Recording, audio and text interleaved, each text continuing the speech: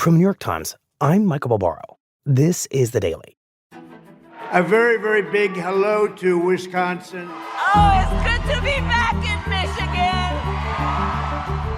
On the campaign trail, Donald Trump and Kamala Harris are constantly talking about trade, tariffs, and domestic manufacturing. Now people are moving their companies to other countries, and we're getting killed, by the way, by Mexico.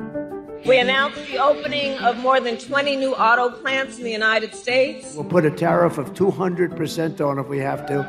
We're not letting those cars come into the United States. And we will ensure that the next generation of breakthroughs are not only invented but built right here in America by American union workers. That's because, in many ways, the United States is still reeling from a single trade deal that transformed the U.S. economy and remade both parties' relationship to the working class. Today, Times Magazine writer Dan Kaufman with the story of how the North American Free Trade Agreement broke American politics.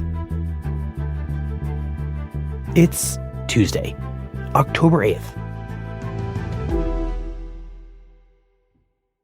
Dan, it's a pretty rare thing when we can trace the origins of our politics back to something really concrete and specific, not, a set of vast intangible forces, but a moment in time when a group of people got together and made a decision.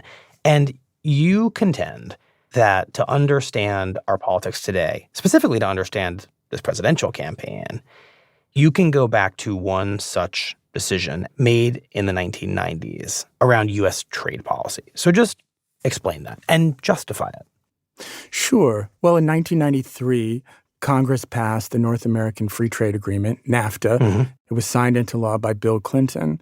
What it did was it opened up trade with Mexico and Canada.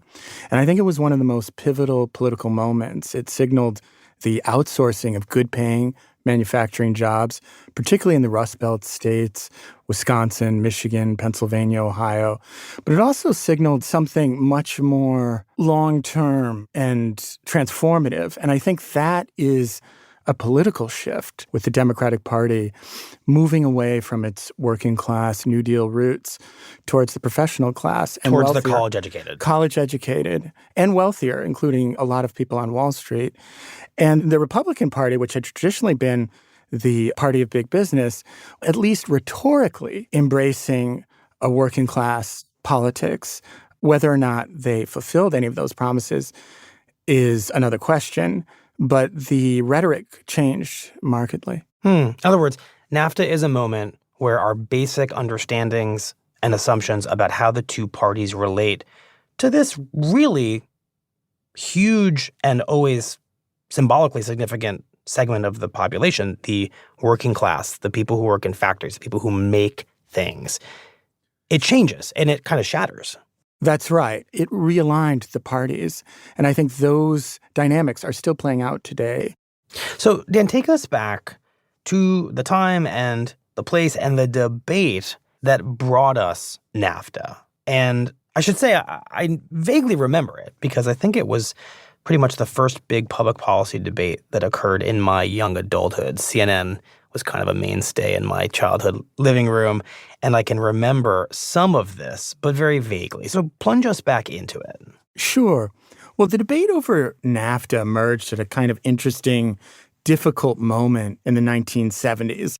There was a period of high inflation and then high interest rates, and this eventually led to two recessions. Right. That is the context in which Ronald Reagan first floats in 1979 this idea of a North American Free Trade Agreement. And what was the logic of it? He was really influenced by Milton Friedman, a libertarian economist. They believed that free trade was a win-win situation, that it would increase our exports, which would create all these jobs, and take away government regulation, and they were deeply opposed to that. And Reagan actually managed to take a step towards NAFTA. He had made an agreement with Canada that allowed for goods to be exported without tariffs or duties and goods to be imported without tariffs or duties. Thus, free trade. Thus, it was called free trade. But the U.S. and Canada had similarly developed economies. They paid about the same level in wages. The difference with NAFTA was now you were creating a similar agreement with Mexico, with a country that was quite impoverished. And the critics immediately feared that it was merely a pretext to allow corporations to exploit cheap labor. In other words, they could avoid paying union wages by moving plants to Mexico. Mexican workers were paid far less than a unionized Canadian or American worker. So in this moment, there's really a philosophical debate occurring. Will this trade agreement help the U.S. economy or will it hurt it? And the Republicans, from what you're saying, are coming down strongly on the side of this being good for the U.S. economy and good for the United States in general. Yeah, that's right. And it was really George H.W. Bush who pursued NAFTA and actually negotiated the agreement with his counterparts, the Prime Minister of Canada and the President of Mexico. However, it still needed to be ratified by Congress and then signed into law by the president. So NAFTA becomes the centerpiece of the 1992 presidential campaign. Good evening and welcome to the second of three presidential debates between the major candidates for President of the United States. There were three candidates, George H.W. Bush, the Republican incumbent, versus Democratic nominee Bill Clinton, and then a really interesting third-party candidate named Ross Perot, who was a wealthy businessman. So, President Bush, I think you said it earlier, let's get it on. Let's go. George H.W. Bush took the position that the agreement should just be signed. The thing that saved us in this global economic slowdown has been our exports. And what I'm trying to do is increase our exports.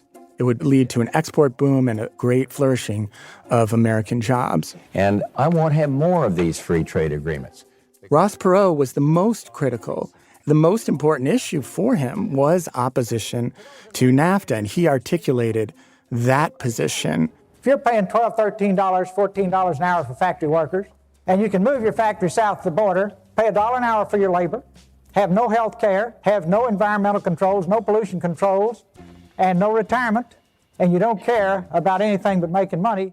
He issued one of the most memorable lines about NAFTA. There will be a giant sucking sound going south.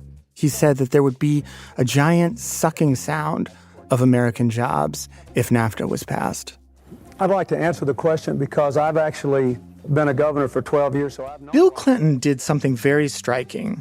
He took a middle position. So I've known a lot of people who've lost their jobs because of jobs moving overseas, and I know a lot of people whose plants have been strengthened by increasing exports. In which he supported the agreement. The trick is to expand our export base and to expand trade on terms that are fair to us. But he wanted separate side agreements to protect environmental regulations and labor. So more trade, but on fair terms, and favor investment in America. Thank you. I think we have a question over here.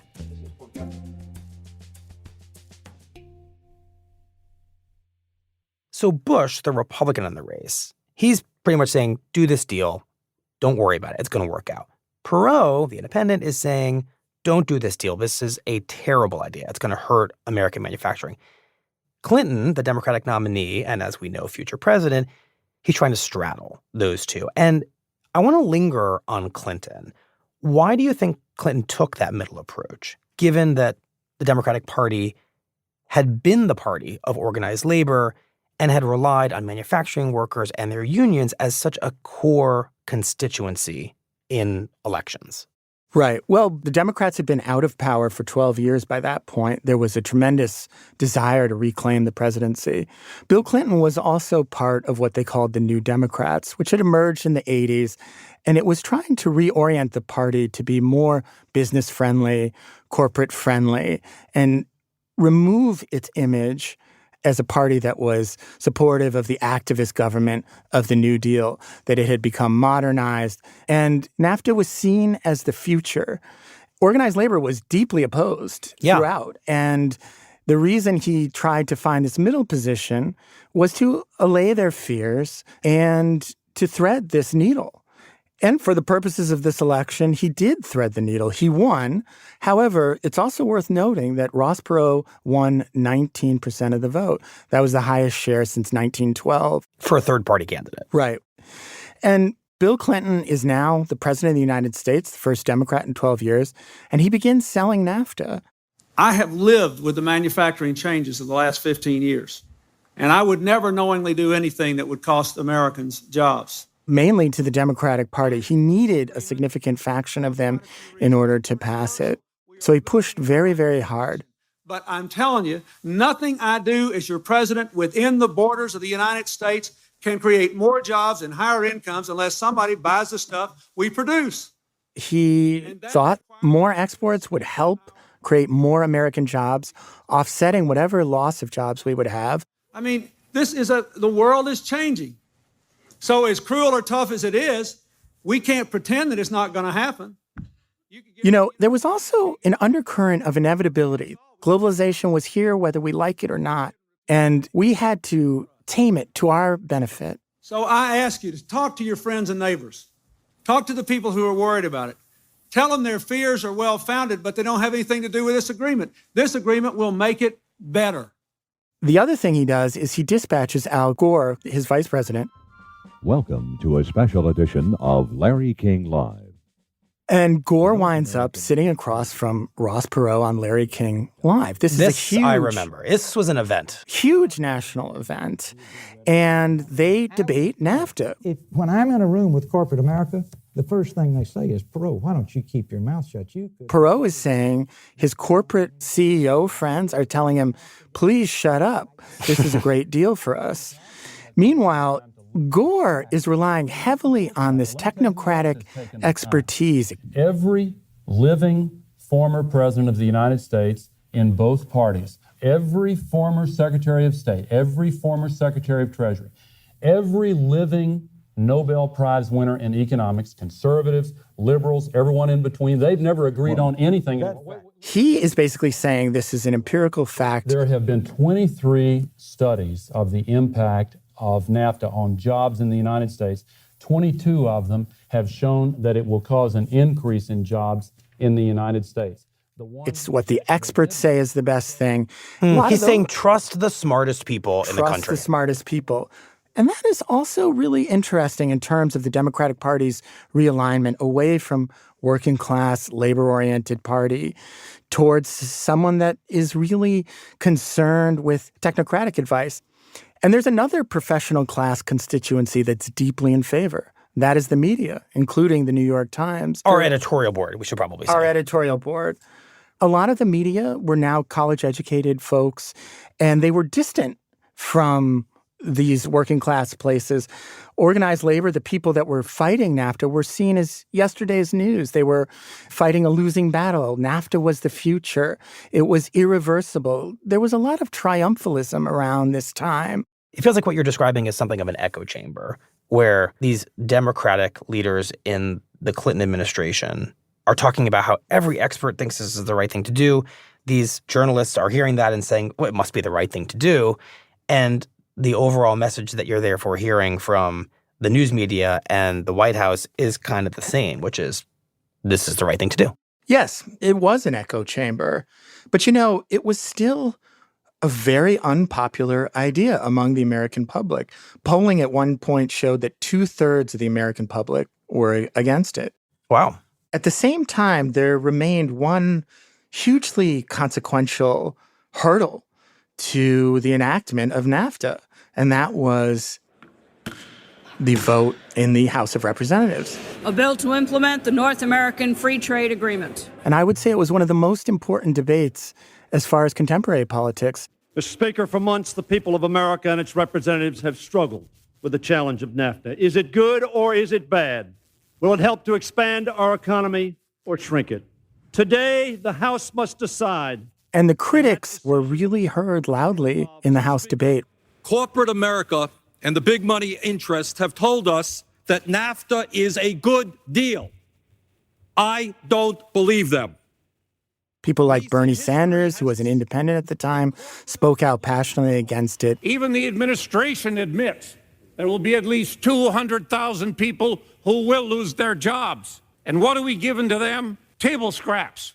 And a lot of Democrats came out in force against it. Mr. Speaker, this debate comes down to one simple question. Whose side are you on?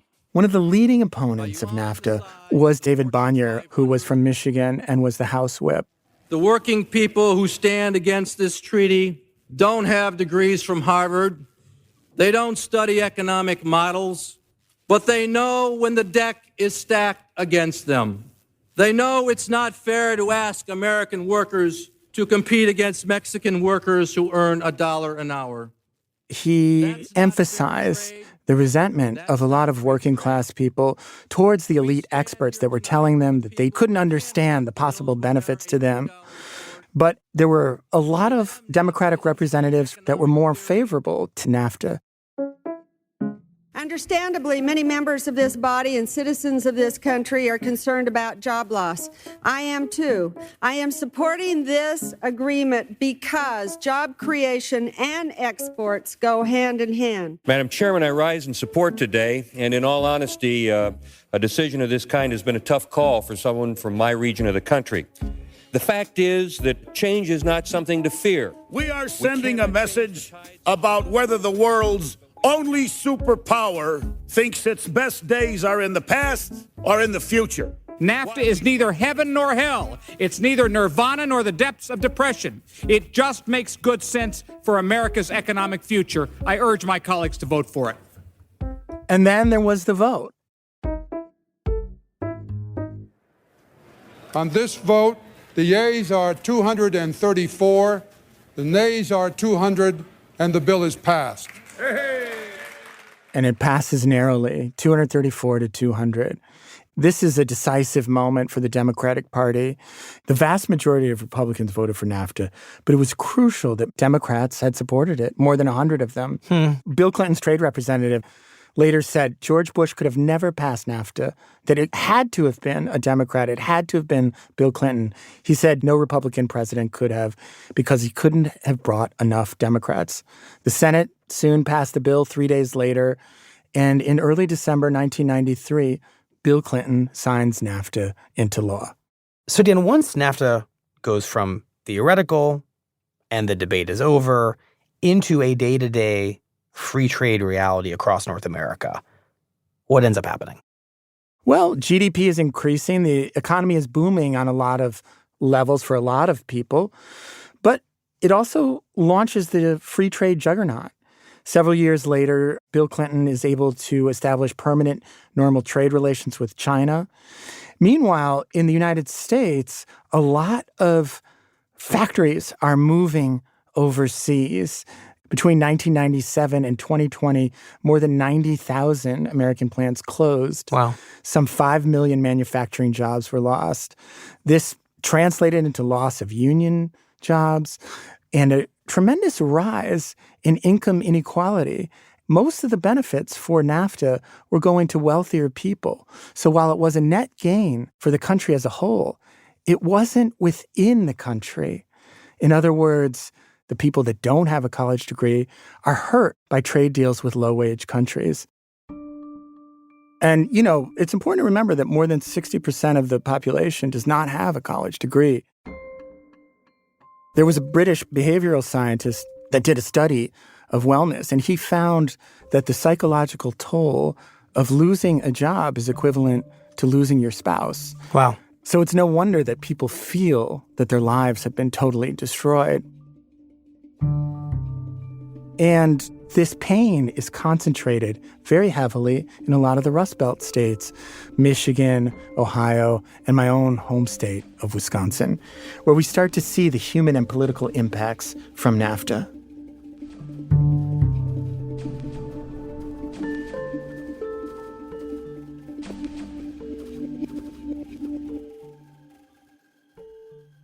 We'll be right back.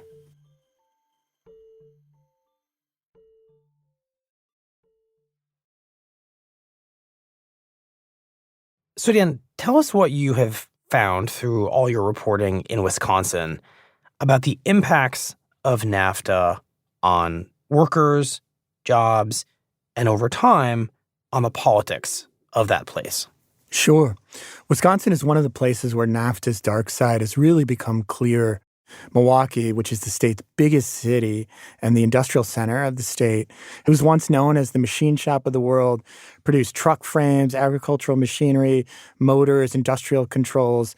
But, it's important to understand that deindustrialization was already happening before NAFTA passed. Between 1979 and 1983, Milwaukee had already lost a quarter of its manufacturing jobs. And then you have NAFTA, which really accelerated this process. And one of the companies that I paid particular attention to is Masterlock. Everybody knows their iconic padlocks. These are the locks literally you use on your high school locker. Right. Twirl the dial. Those combination locks, right. They've been making locks in Milwaukee since the 1920s. And the plant was a smaller industrial factory. At its peak, it employed about 1,300 people. But everyone I spoke to loved working there. It was something that was deeply embedded in the city's sort of industrial consciousness. Mm-hmm. And after NAFTA passes, they did what a lot of other companies were doing. They built a plant in Mexico. In their case, this plant in Nogales was quickly taking jobs from the Milwaukee plant. Within a 2 or 3 year period, 1,000 union positions were sent abroad. But the plant kept going, and it kept employing people, although on much smaller scale than it used to. And one of the people that I spent time with recently is a very interesting worker named Chancey Adams. Chancey, man. What's up? How you doing? Doing good. And he helped me really understand the impact of NAFTA on him and on the wider community, and really on American politics as a whole. Just start at the beginning. What was it like growing up in Milwaukee when this was like in the 80s and 90s? It was hard, but it wasn't, if that makes sense what I'm trying to say. Tell us about Chancey Adams. What should we know? Well, Chancey was born in 1980, grew up on the north side of Milwaukee. I come up in a single family home, so me and my brother, my sister, and my mother. He was raised by a single mom. She was a cook at a Milwaukee museum. I mean, she was a hard worker. She went to work and made sure we had everything we needed, and we came up and never went hungry, never went without clothes or anything, What about the neighborhood you grew up in? Just describe what it was like when you were a kid. It was great to me. It's like I grew up on 9th and Burleigh, so there was a lot of bad things going on down there. It was a lot of drug dealing and stuff like that, but I don't have nothing bad to say about where I grew up in my childhood. It was good. When you were young, what did you do for fun in the neighborhood? He described a happy childhood biking around with his friends. I done rode past Master like 1,000 times as a kid, One of the places where they biked around were the plants on the north side of Milwaukee. This was a city that's deeply entwined with its industrial history, and Milwaukee is filled with these factories. Miller, Masterlock, Briggs and Stratton, A.O. Smith. Them was the places where a lot of people from the South came. Like my family was Briggs and Stratton and A.O. Smith. Them the plants they got in. And these are places where Chancey's relatives worked. Growing up, you hear older people talk like them are the places where you want to be. Because it was like solid, good wage. Good wages. And like you can tell like when we was like kids, we'd be riding there and you see the cars out there. You see all nice cars. Right. Going to work. So we knew there was money. So if you was like my age then, and you figure, hey, I'm not going to college, but these is one of the jobs that you was gonna try to get. Eventually, a friend of his who had gotten a job at Masterlock calls him and says, you should really apply here. Let me try it out. And he actually got me in. So he applies for a job at Masterlock as a temp and gets one in 2010. Now, Dan, you had said there isn't a ton of Masterlock left after NAFTA. So by the time Chancey gets a job there in 2010, how much of Masterlock is there for him to really join in Milwaukee? There's only a couple hundred union positions at that point. Chancey started out at a little more than $10 an hour. But Chancey talked so much about how immediately he took to it. I see a lot of these older men and the things they accumulated in life working at this plant and the work they put in. And I'm like, that's what I want right there. For Chancey and a lot of the workers, while the starting wage was low, there was a lot of room for advancement to skilled jobs that paid much, much more. How much does Chancey and everyone else among these several hundred workers who are still at Masterlock, how much do they worry that what's left of this company would eventually be outsourced under the incentives of NAFTA? I think some feared it, but many felt like they were secure. They had highly specialized jobs. And there was another reason they felt this sense of security. Do you remember when President Obama came to the plant? Yeah, that was my first year there. First or second year.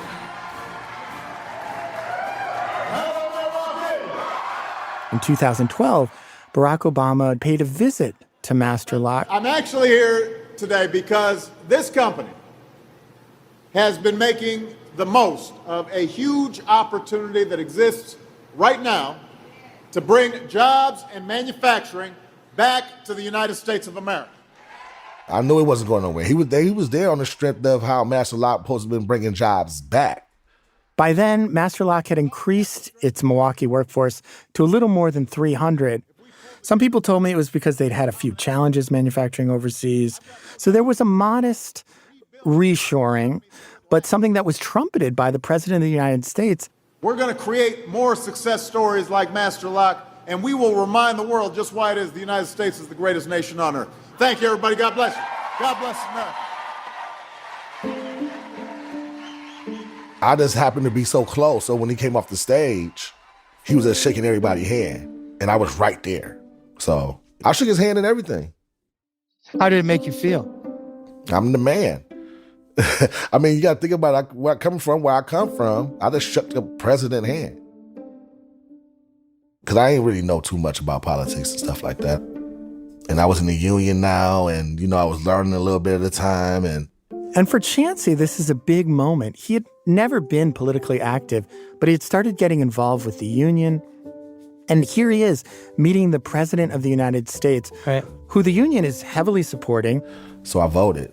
And he votes for the first time in his life for Barack Obama. He the man.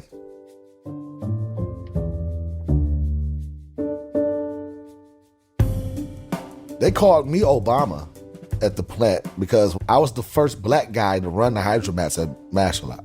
And he starts moving up at the plant. He learns to operate a complex machine called a hydromat. And now he's making $20 an hour. He's working a lot, sometimes 7 days a week, making a lot of overtime, and he buys his first house. When I met the guy over here I bought the house from, he used to work at Masterlock. And I got my keys and all of that, and I sat on my stairs over here, and I cried. Because, I'm sitting on these stairs right now. I'm sitting on my sweat right now. I worked hard, and I bought my first house. And I bought it at 35 or something, by myself. Eventually, he's earning more than $30 an hour. And not only is his job at Masterlock helping him grow a nest egg and support his family, he's got 4 kids, but it's a real source of pride for him. My mother was my sister and brother, very proud of it. My brother worked now. He said one of the things that gets him up in the morning, knowing that I'm up in the morning. I know little bro up. I know he going to work. Oh, let me get up. You know what I'm saying? It's a beautiful feeling to be the little brother and have everybody look up to your work ethic and seeing where you come from and seeing what you accumulated. I did become a man in that plant. It made me realize I'm a good man. I feel good about myself. I feel good going to work every day and coming in and the younger guys looking at me how I looked at the older guys when I was coming in young. They see me in my uniform. They see me, with a nice haircut, smelling good. They know that it's strictly sweat that's got me what I got. So it makes you feel great, I wasn't going anywhere.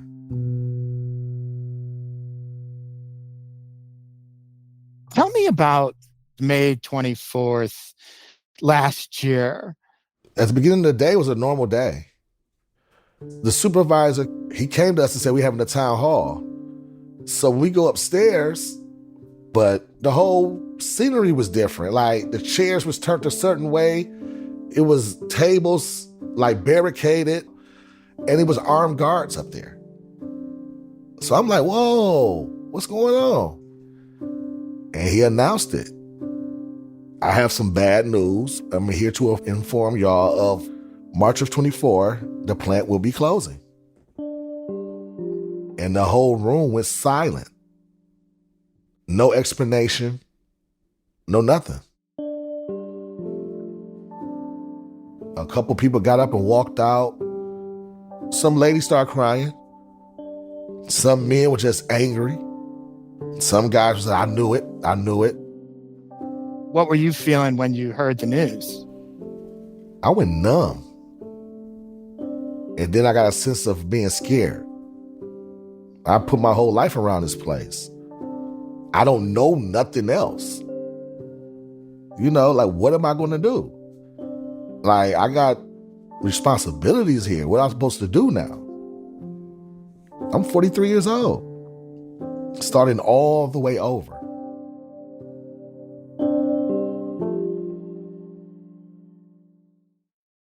So 30 years after NAFTA passed, the Masterlock plant in Milwaukee is finally closing. That's right. It's the final chapter on the Milwaukee story of Masterlock. Some of these jobs will go to other places, but one union official told me that most of them will go to the company's plant in Nogales, Mexico. So what happens to Chancey? Well, Chancey is really in a kind of desperate state. He's scrambling. No one wanted to hire me. He applies for jobs. Nothing is coming through. But then a coworker at Masterlock gets him a job at another factory, but he's making a lot less than what he used to at Masterlock. So I had to get another job. I was going to lose my house. So he eventually picks up a second job. Yeah, to get there by 5 a.m. Now his days start very early. Whenever I get done, so usually about 9 o'clock, 9:30. And end very late. And then have to come right home and try to eat something, jump into bed, and get up again at 3:45. He hardly has any time for himself, except a little bit on the weekends. So it's a constant moving, constant grind, constant no sitting down. And it's tiring, you know, mentally, really.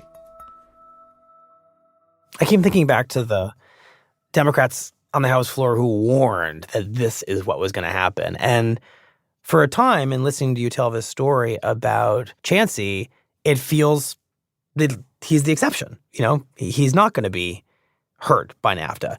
But it feels like one of the morals of this story is that NAFTA kind of comes for almost everyone when it comes to these plants in the upper Midwest.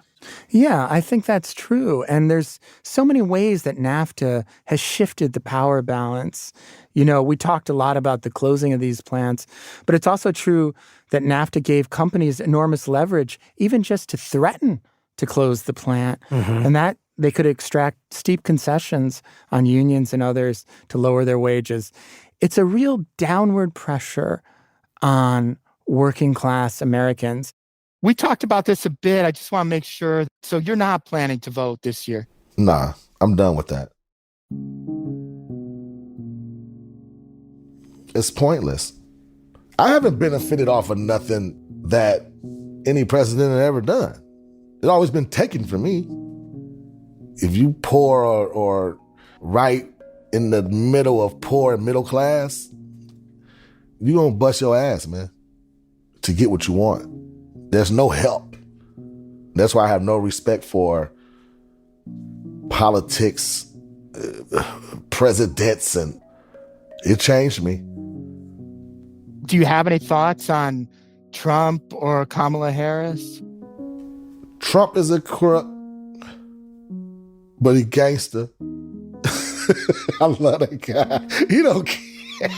The only good thing I can say about Trump is he's a businessman. He'll be successful that way, I think.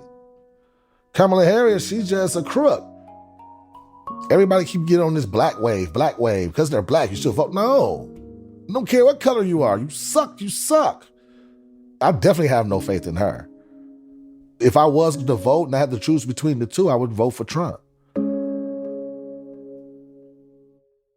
At the beginning of our conversation, you talked about this idea that NAFTA and its aftermath turned the Democrats from the party of the working class into the party of college-educated elites, which helps me understand, in a way I don't think I ever really did before, just how much of an opening Republicans had to remake themselves into the party that exploits that.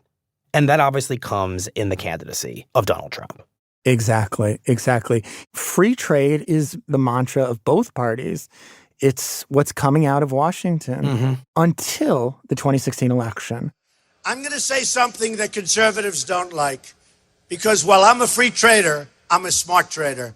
I'm a fair trader. I know what I'm doing. Donald Trump emphasized an economic nationalist message. And you're losing plants over here, and you're losing a plant over there. Highlighting the job losses from NAFTA and other free trade deals. Any direction I can point to, you're losing jobs, you're losing your plants. We're not going to let it happen anymore. So now you have an incredible shift in the Republican Party. The party that created NAFTA in the first place is now opposed to it, at least rhetorically. And of course, the Democratic candidate he faces is none other than Hillary Clinton. Your husband signed NAFTA, which was one of the worst things that ever happened to the manufacturing industry. That is your opinion. And in the presidential debates, NAFTA becomes one of the most important issues. NAFTA is the worst trade deal maybe ever signed anywhere, but certainly ever signed in this country. And now Trump rails against it, calls it the worst deal ever made. I think my husband did a pretty good job in the 1990s. I think a lot about what worked and how we can make it work again. Well, he approved NAFTA. But Clinton largely defends Which it. is the single worst trade deal ever approved in this country. Incomes went up for everybody. What was it, do you think, in this debate and in this campaign that made Hillary Clinton and the Democrats so confident that NAFTA, opposition to it, was a losing strategy for Trump? Because clearly she could have mimicked his position. She could have said, we've come a long way, and I think that NAFTA did have some real problems. Well, I think she made a political calculation.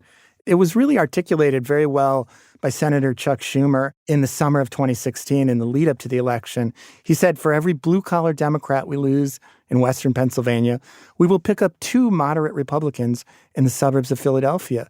And you can repeat that in Ohio, in Illinois, and Wisconsin. Can you just translate that? What is he saying about NAFTA's impact on the politics of the parties? I think he's signaling a class realignment of the party. They are going to focus their efforts on winning suburban voters who tend to be wealthier versus the blue-collar workers that had traditionally supported the party since the New Deal. That's kind of interesting. So what Democrats are saying explicitly, and this sounds like an on-the-record quote, is we recognize that we have now become a party whose appeal is to higher income, higher educated Americans, and we may be forsaking a certain kind of working class voter in Western Pennsylvania or Wisconsin, and we're okay with that because we think the math favors us. Exactly right.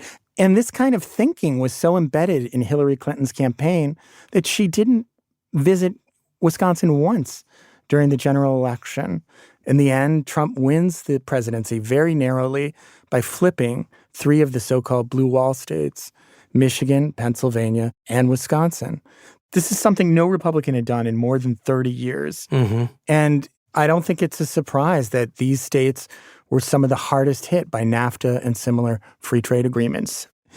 And Trump did renegotiate NAFTA in 2018 with the United States-Mexico-Canada agreement. It made modest improvements in conditions for Mexican workers to disincentivize the movement of jobs and factories to Mexico. But it doesn't seem as though that's worked. Last year, for example, Stellantis, one of the big 3, moved some production to a plant in Mexico. And of course, Masterlock has closed its Milwaukee factory. But on paper and kind of symbolically to voters, Trump did fulfill a pledge to go after the original NAFTA. That is true, and that is what he's campaigning on. Like a lot of Trump's promises, they didn't really ever come through. And he actually passed tax cuts that incentivized offshoring of jobs. On the Democratic side, you had also a real realignment.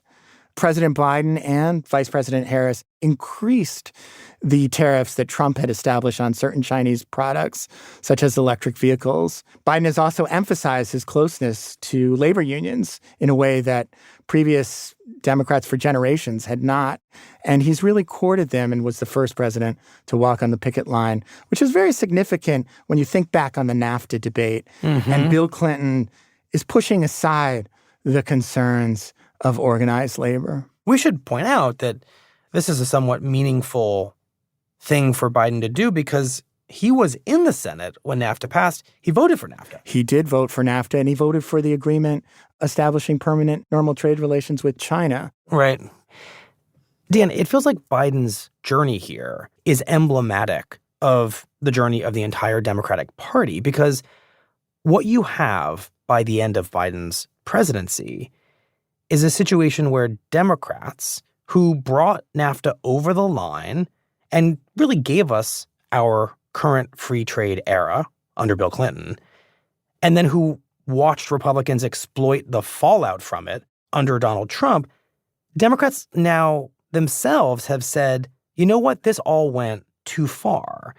And Biden and the Democrats, I'm sure, probably wouldn't put it this way, but their rhetoric now on free trade, on things like NAFTA, has moved a lot closer to Trump's. And I have to believe that's because they now recognize what NAFTA did to the working class. Yeah, I think that's true. And by the time we enter this campaign, both parties are critical of the free trade agreements of the past. Kamala Harris, one of her first events with Tim Walz was at a UAW hall in Michigan, and she has really emphasized the importance of good-paying jobs. Whether it's too little or too late is an open question. You're talking about 50 years of deindustrialization, and that was greatly accelerated and intensified by NAFTA and the free trade deals that followed it.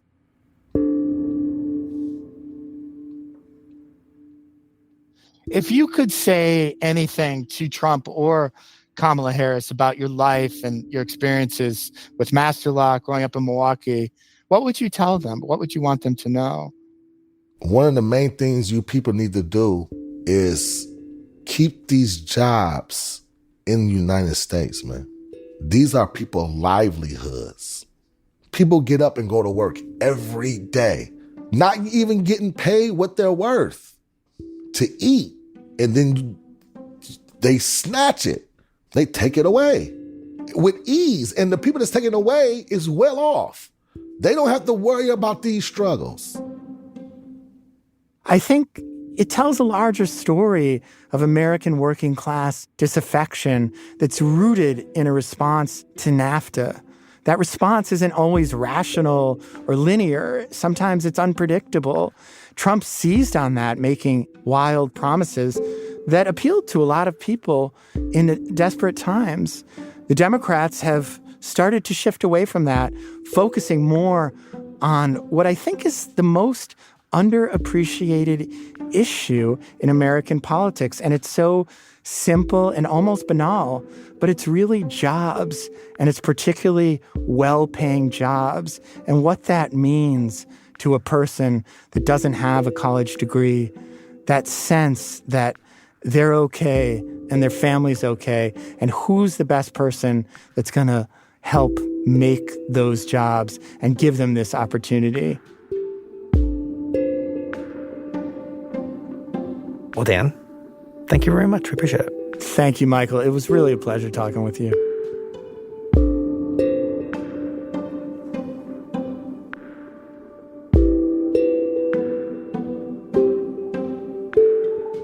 We'll be right back.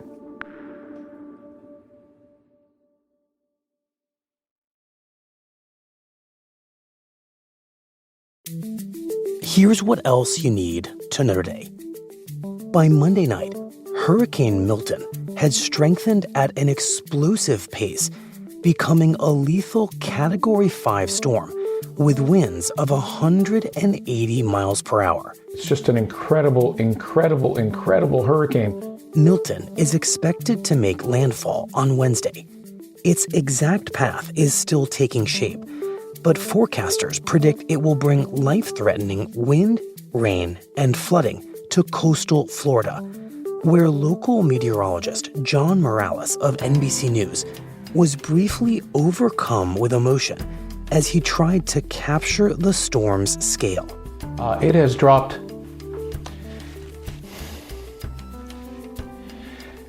50 millibars in 10 hours. I apologize. This is just horrific. The maximum sustained winds are 160. Florida officials have ordered evacuations across at least 12 counties and have suspended tolls in order to keep traffic moving as quickly as possible.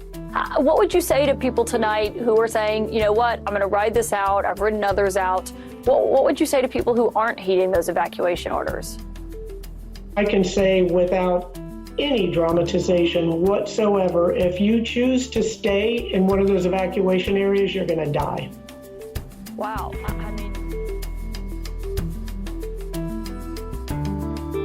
Today's episode was produced by Asta Chaturvedi, Ricky Novetsky, Stella Tan, Claire Tennisketter, and Olivia Nadd. It was edited by Lisa Chow and Larissa Anderson. Fact-checked by Susan Lee. Contains original music by Marian Lozano, Pat McCusker, Alicia Baitu, Dan Powell, and Diane Wong, and was engineered by Alyssa Moxley and Chris Wood. Our theme music is by Jim Brunberg and Ben Landsberg of Wonderly. Special thanks to Nick Pittman and Maddie Masiello.